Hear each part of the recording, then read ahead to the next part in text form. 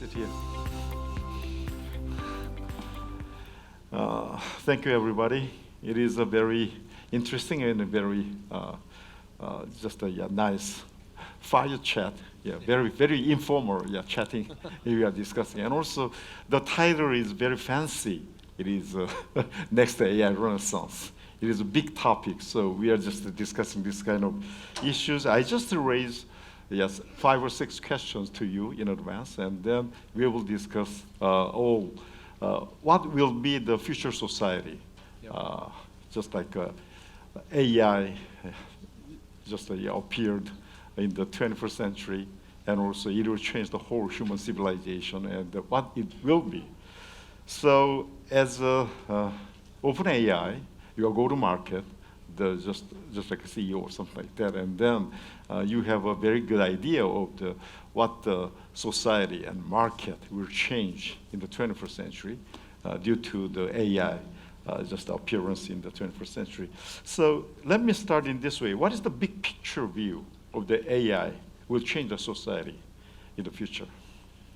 Well, first of all, thank you so much for having me, and thanks to the World Knowledge Forum and Pohang City for having me here. It's really nice to be here.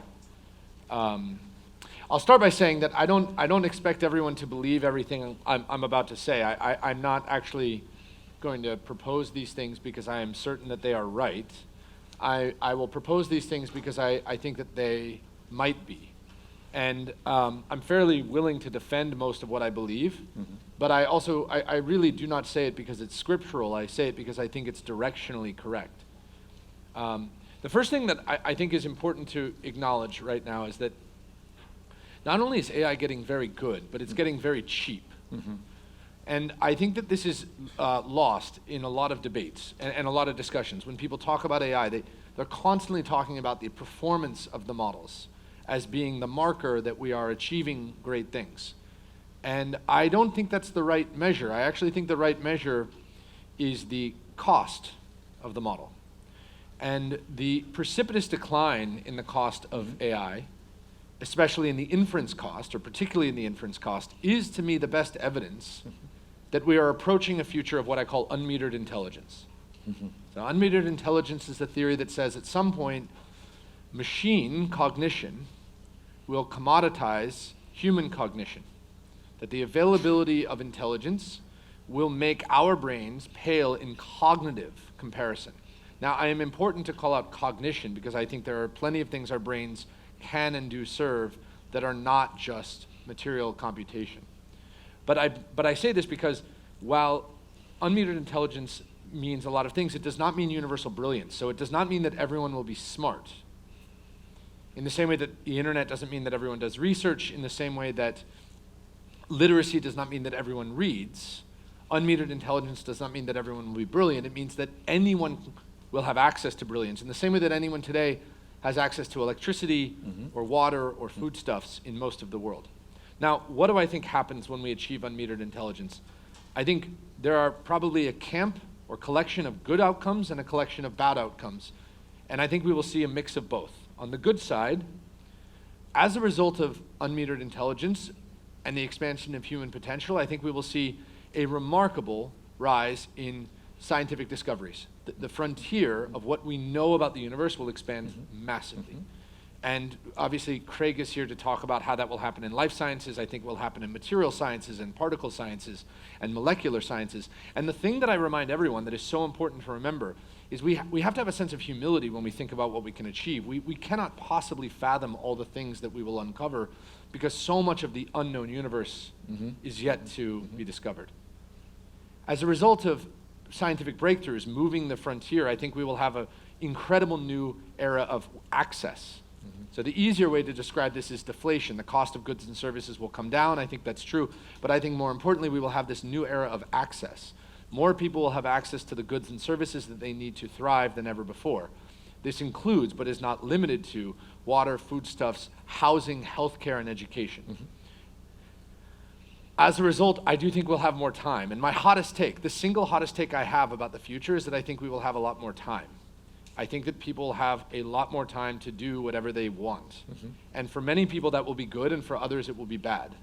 And I'm reminded of this constantly when I look into the audience. Some people cannot get off their phone. And I don't say this to you because I'm calling you out. I'm not offended by your addiction to your device. But I am constantly reminded that we, especially in our abundant and luxurious societies, have actually forgotten entirely how to spend our free time. We are so addicted to the device that even in a world where you can do anything, you choose to often do nothing. And this leads me to the obvious downsides of AI. The first is idiocracy. And idiocracy is the theory or the concept that says at some point a human will discover that critical thinking is no longer of material importance to survival, and they will stop doing it. And we are starting to see this. Gen Z appears to be the first generation in many to be, on average, less intelligent than the last. Now, what is happening also in Gen Z that is super important is we are actually seeing a K-curve. Gen Z is going to be the first generation to have an almost standard deviation higher occurrence of geniuses. And you see this at your university constantly. The students that are coming through Tajay now are definitely smarter than I was when I was in university. Yeah. And so what we observe is a world where if you want to achieve great things, you can. And if you want to do nothing, you can too. Agency becomes this incredible new currency of the future. And that leads to my second concern, which is dehumanization. I worry a ton about humans finding more interest in a virtual reality than a physical one, and I see this. I see this everywhere I go. Some people have become so obsessed with their virtual realities, their devices, their displays, their screens, that they have forgotten the importance and actually the fundamental value of being human. Why do we exist?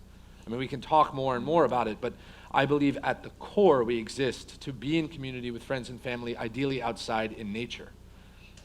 And we have forgotten that in many cases, and that could get much worse before it gets better. And the third thing I worry about is bad acting. We talked about this earlier. In a world where lots of people can do more good, some people can do a lot more bad. And 2 weeks ago, the largest botnet attack ever was executed by one man in Oregon in his garage. One man took down X, and in doing so reminded us that the power of the low resource bad actor, not just the high resource bad actor, the psychopath in the garage has never been more terrifying. And I don't say this to scare people, I say this to remind us that not everyone on earth wants you to do well. And some people mean badly, and we need to terrify those people. We need to punish low resource bad actors. And the last thing I worry about is identity displacement. I worry a ton, and you and I talked about this earlier, about a future where we discover that we can automate a lot of things, and in doing so actually realize that while we have created a more economically rich future, we have lost our sense of self and identity. And I don't have a great solution for this. The obvious and simplest one is that we should build a society where people find more purpose in their family and friends and their community than their work. It's easier said than done, I agree. But it is increasingly important that we start to remind young people that they won't just do one thing, they will do many things. And attaching yourself to a job is a surefire way to find some form of disappointment. And I think collectively society is going to move forward, but only once we actually break the shackles of a almost prehistoric time that you described, this sort of era of scarcity and specialization that we have been conditioned for so long to live in. Yeah, right.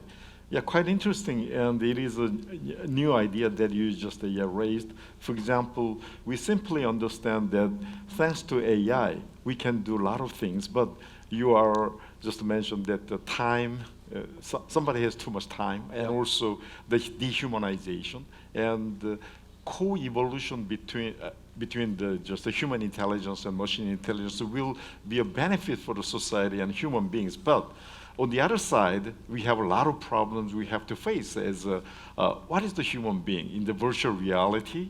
And I just read a very interesting novel that is written in a Japanese novelist last year. And it is quite interesting because there's no difference between life and death because he just asked the virtual figure of her mother.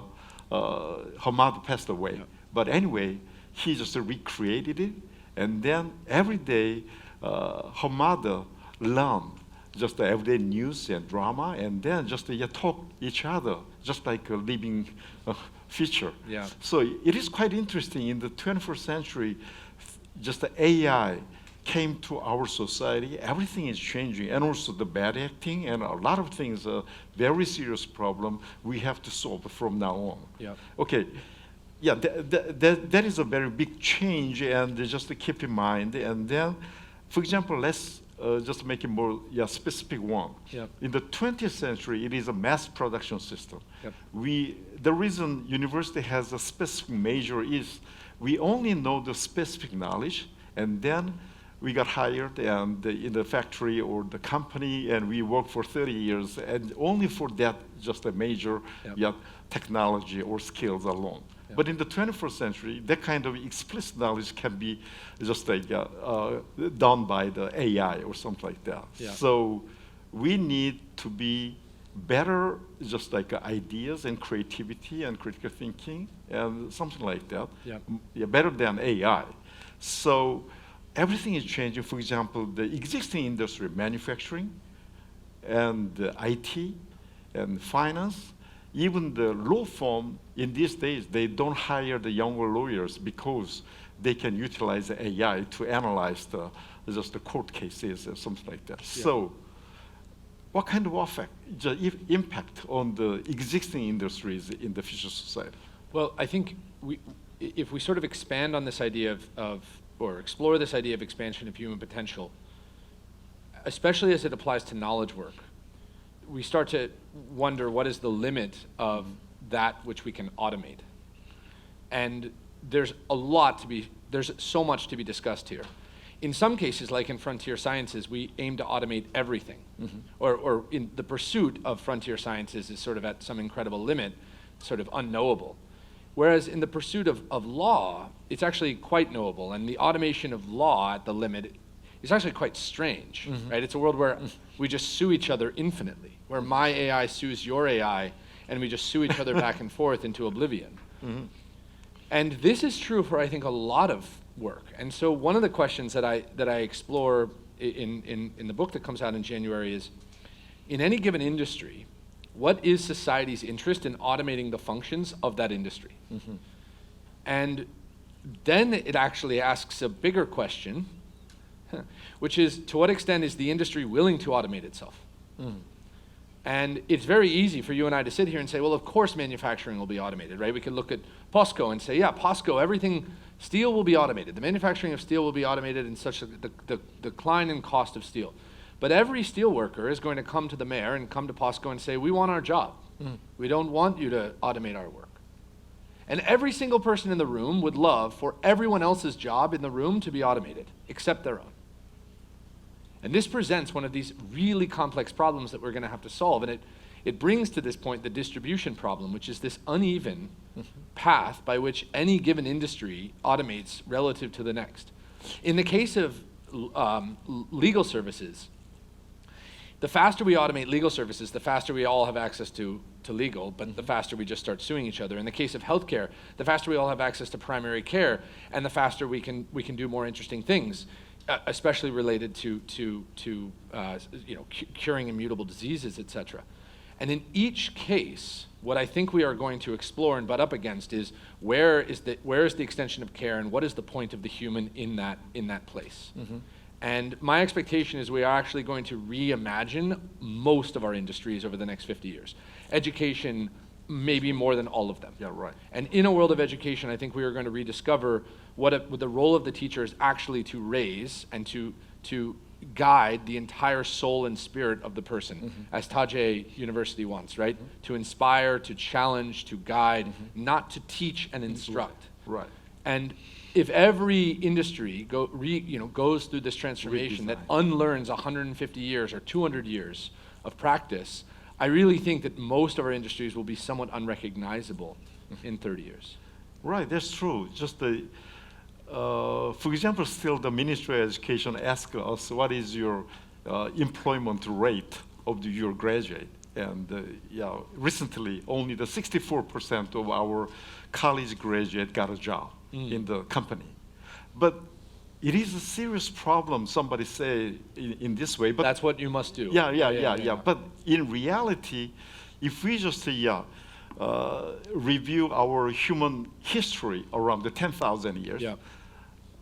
we are employed in a factory or in a company is only the history is 100 years or 150 That's right. years. That's right. We are paid by the employer only the 100 years. From now on, we can be self-employed and just like, very different stage. So we have to get rid of our conventional ideas or social DNA, and then we have to think about the new things and what we're going to do. Humans are quite different from the 20th century and the 21st century, and the society is the same. Yep. So as you mentioned that probably we don't get the same just services from doctors, and from now on, not just to cure the diseases, but take care of the health in advance. Yep. Is more important in the 20th century in the health system. Yep. So everything is changing. Even just the teaching is not the professor's job. Teaching, we can get the knowledge, explicit knowledge from other sources, and then the teachers should be changing their role from the instructor to the facilitator or coaching the students, self-directed learning. Yep. So a lot of things are changing. But if we just stick to the previous ideas and then we feel that it is a crisis and something like that. So everything is changing. Yeah, that's true. To borrow your idea, you talked about this idea of mass production society, and just to pull on that thread, I think we are going to move to a bespoke society where much more is actually crafted specifically for an individual. All the experiences, and I think, like, I stare at your beautiful suit, which is quite nice, and I'm reminded every time I see a suit like yours that when we first started manufacturing suits, mass producing suits, everyone's assumption was, well, what will the bespoke tailor do now? And it turns out it actually just made the market for bespoke suiting even bigger, because the entire world became more affluent. Right. And when Budweiser started to making beer, the assumption was, now what will the craft breweries do? Right. And in fact, they just did even better, because everyone, if you could afford it, you wanted a nice beer. Yeah, diversity. And I do think that optionality and sort of the luxury of choice will actually drive an even greater expansion in market opportunities for all the things that we described, from healthcare and education to goods and services. Yeah, that's true. So in that sense, work patterns will be changing in the 21st century. For example, in the 20th century, everybody has some kind of job description, specific job. Yeah. In the 21st century, I emphasize in this way, in the 20th century, specialist is very important function. In the 21st century, professionals, they should solve the problem, whatever it is complicated or complex. So the work patterns surely will be changing in the 21st century, right? I will tell you a story that I started telling recently that sort of changed how I thought about the ways in which humans will matter to each other. And first I'll say, I think the big emphasis basically for the last 2,000 years, roughly, the emphasis has been in a corporate setting or in a professional setting on how much you know, knowledge, World Knowledge Forum. And how smart you are, what you can do with your knowledge. And that has proven to be one of the great economic drivers. And that has sort of reached this incredible pinnacle recently as we've started to really emphasize the pursuit in research of all kinds, but especially in AI research. The amount of money that these researchers are being paid is quite staggering. And something happened in my life that I realized that sort of told me a lot about where I thought the future was going. My father is a doctor. He's an oncologist, and he has been practicing medical oncology for 35 years.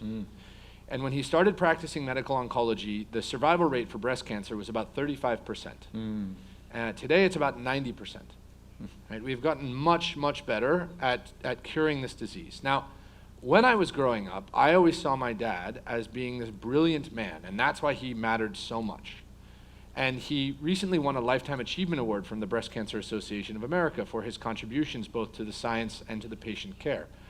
And I went to this award ceremony very excited to hear people talk about my father, the genius, who, by the way, speaks 7 languages and was a lawyer before he was a doctor.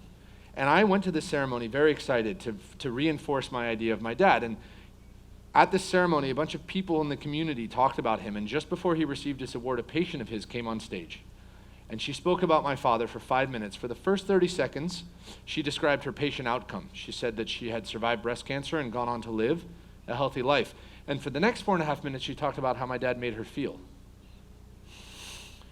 And she said that she had gotten a diagnosis, a breast cancer diagnosis, and gone to see 3 oncologists and gotten the same 3 prognoses and the same 3 treatment plan recommendations. Every doctor said, this is exactly how long you are going to live, this is the odds of your living, and these are the treatment plans that will optimize your chances of survival. And then she said 2 things that I will never forget that changed actually how I view the world. The first thing she said was that she realized in this moment that the machine was smarter than the doctor. That the machine's ability to determine the next best action was more effective than the doctor's brain. And then she said that she realized the bedside manner was not a feature, it was the product. And that changed my life. For one, I realized that my father mattered to me not because he was brilliant, but because he was kind and compassionate and caring, the same reasons that he mattered to the community, that he was changing lives because of how he treated the whole person. And then I realized that if medical oncology, one of the most advanced fields for the last 30 years in care, in healthcare and science, could commoditize, could cognitively feel effectively less capable than a machine, then what industry was not going to face that? Like at the limit, how will you intellectually differentiate? It's a very interesting, serious question that I think everyone should ask. And at some reasonable limit, when your cognitive capability, when your cognition is a commodity and does not actually seem that different from the person next to you because the machine is so much smarter than you, you will matter to the person next to you not because of what you know, but because of how you make someone feel. I am basically convinced that we are entering a world now where our intellectual capacity will not differentiate us for much longer, and that may not be a bad thing. It may turn out that we are forced then to actually compete on something much more human, and the progress of the human experience may actually rediscover, I think at some fundamental level, a much more humanistic world. Yeah, that's true. Yes, so many people says that co-evolution, human intelligence and machine intelligence, and also human intelligence does not simply focus on the knowledge, explicit knowledge itself, but more than that. In the Oriental philosophy, we educate people, not only the knowledge, but also virtue, and the human body, and everything is very important, like a whole human education. But in these days, in the modern period, only focus on the knowledge. So there is a very serious problem in Korean, the education system in high school and junior high school at the moment. But it can be replaced by the AI, the knowledge itself. So from now on, we should move from the knowledge but to the virtues and the healthcare and everything, and as a whole body is very important. So, it is a good news from you. I got that impression that, because you are a kind of marketing the AI is your expertise, but still, human beings, AI replace our work and intelligence and everything. What we should do? Then you have a very good vision and plenty of other. So somebody says that soft skill is more important than hard skill. So the soft skill we have to develop from now on. Okay, so it is quite optimistic, just a vision of the AI society. Young people ask me all the time. The most common question I get asked by someone between the ages of 14 and 18 is, what should I study in college? And you've thought about this answer a bunch, but I have the same answer. It disappoints everyone. It doesn't matter. It just does not matter. There's such a rapid declining correlation between your major and your economic outcome. What you study will not actually determine your success. And I have 2 responses to these people. The first is, study something you love. Simply study something you love. Study something you are fascinated by, that you can wake up every day and look forward to learning about, not because it will get you a better grade, not because it will make you more money, but because the act of learning that thing is in and of itself worth it. Because the practice of mastery is inspiring and makes you appreciate life more. I also remind people that in a world where you will live longer than your parents, in a world where you will get to do lots of things, start getting good at learning, because you're going to get to do a lot of it.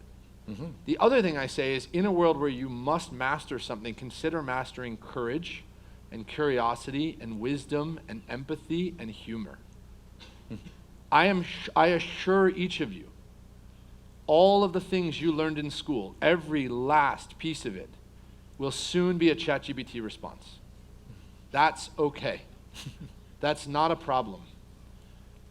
There are so many reasons to wake up every day looking forward to the world, and it doesn't actually have to be that you are smarter than the person next to you in order for you to be more successful.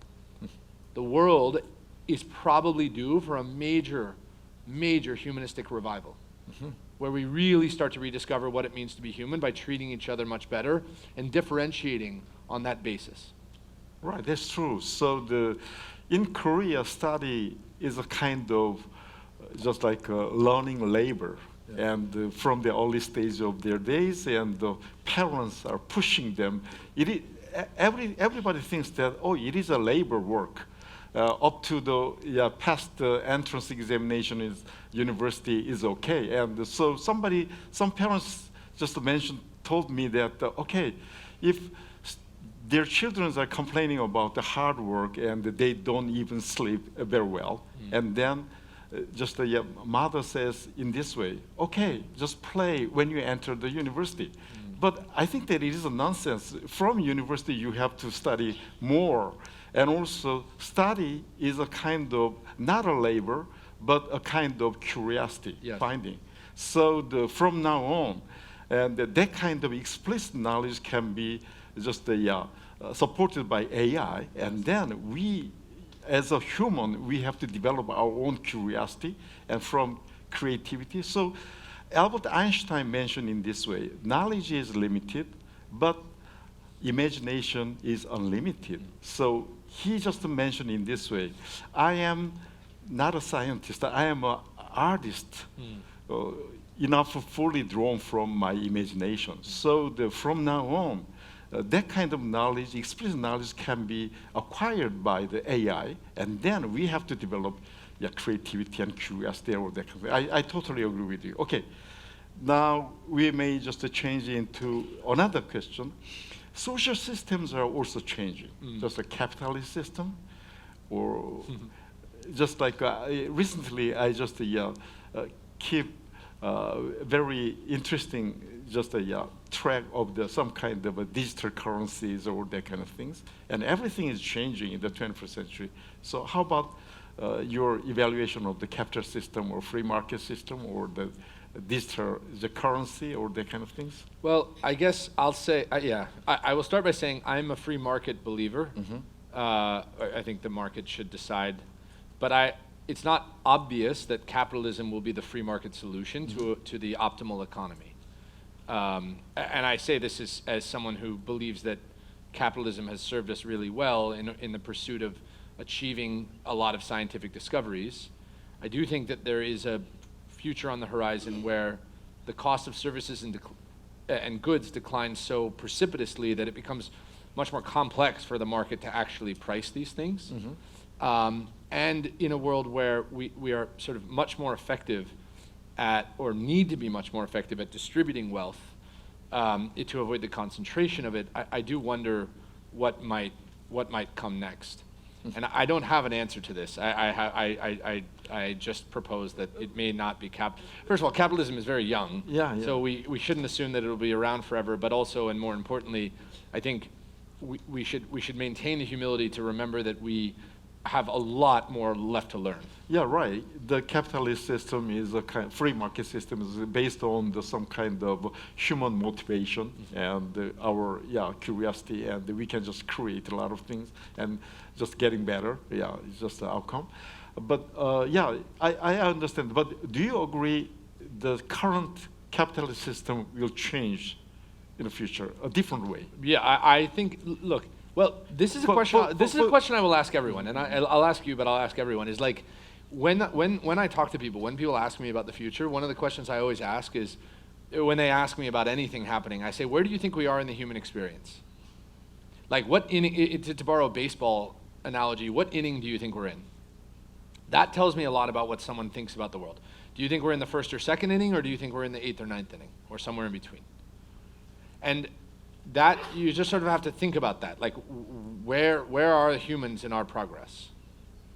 And depending on where you think we are, it sort of tells you how much change you think is yet to come. Because if we're in the first or second inning, which we very well may be, and we are more prehistoric or barbaric than we are futuristic, well, then certainly capitalism is, going to change. Yeah. If you think we're in the 8th or 9th inning, well, then it's not going to change because you probably don't think we have much longer to go.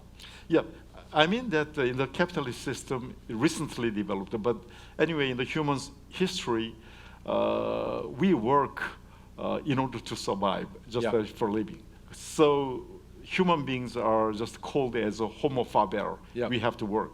But now, Hausinger, the Netherlands, just a philosopher, mentioned that from now on, we are moving toward the homo ludens, just enjoying and something like that. So, and also we just paying the money for entertainment or all that kind of things. So the conventional capitalist system may change a little bit different way. It will change a lot. Yeah. I'm sure it will change. And also some countries just to think about just a universal income and the basic incomes and the nation will provide. And then if you want to get more and from your imagination and curiosity, and the capitalist system still exists. So, but still, conventional just the capitalist system may change a little bit different way. I think it will change a lot. John Maynard Keynes, I wrote the book that comes out in January, I wrote as an homage to John Maynard Keynes. And John Maynard Keynes proposed in 1930 in an essay titled The Economic Possibilities for Our Grandchildren, at the height of the economic depression, during this terrible, terrible economic time in the world where hope and optimism was incredibly scarce. He wrote a paper and he said he had to disembarrass himself such that he could look into the future. And then he said that he believed that humans would have solved the economic problem such that their pursuit would become something far more interesting. And I do think that there is a very reasonable argument to be made that there is something far more interesting on the horizon for us to actually explore. Instead of how do we make money, how do we find purpose? How do we find joy? How do we find fulfillment? Yeah, right. And when I talk with one of the futurists, and he just mentioned that, for example, 1940s, the United States, they work 70 hours a week. But now, in the European countries, only 35 or 30 hours. So Jeremy Rifkin, when I just talked with him, and he just mentioned that from now on in the 21st century, only 3 days a week we can just work for a living. That seems very likely. And then the other days we will do a lot of other things. So surely we understand just like a changing social system and even the economic, just the capitalist system. And also the political system can be changed as well. For example, everybody understands that the presidential system and division of labor, judiciary, legislative, and administrative, that is a long time existing one, but it is not true. King dominated for a long time, the period, only the 250 years ago, America, United States, just created this political system. It is only 250 years. Now it will be changing in many ways. So, especially the AI has a very, very good capacity to just gather the data, and everybody is just like just wishing and their intention, all that kind of thing. Then why do we need representative democracy? Why do we elect congressmen? Why do we, for example, in the United States, 7 swing vote just a state. Why don't you just presidential election, everybody just participate. Only the 7 states just vote and then get the final decision. Yeah, a lot of things are very interesting questions we raise up from now on. So the AI can change this kind of system. Do you think that will going to happen in the future? Yeah, I mean, I hope that we don't have an AI government. I don't think that's necessarily what we want. I hope that AI does 2 things with respect to government systems. The first is, well, actually, I think AI will do 3 things with respect to civics. The first is, I think it's going to make everything that can be cheap, be cheap. I think that deregulated markets will look very, very inexpensive, and it will shine a very, very bright spotlight on the regulated markets. And I think every American that can fly across the country for $70 is going to ask, if, as they have for a while, why is a trip in an ambulance going to bankrupt me? That is the effect of a heavily regulated market, and we have to solve that. And as a result, I think it's going to force politicians to actually start passing policy that makes people's lives better. The second thing that I think will happen is we will use AI to model outcomes. And I think in a world where you can ask a brilliant system to model 1 million outcomes of a policy, right? Suddenly you can start passing much more interesting and thoughtful policy. And the third is, I think every individual who wants to be an engaged civic can be an engaged civic. So if the next time a bill gets passed in the Korean Congress or Parliament, you can actually put that bill into ChatGPT and ask it to explain it to you. You don't actually have to be in the dark anymore as a civic, as an individual. And that's an incredible new world of government participation, and I think it will force us to start electing people that pass policy in our favor, not special interest policy. Thank you very much, and everybody, thank you. Yeah. Good. Yeah, nice job. Thank you very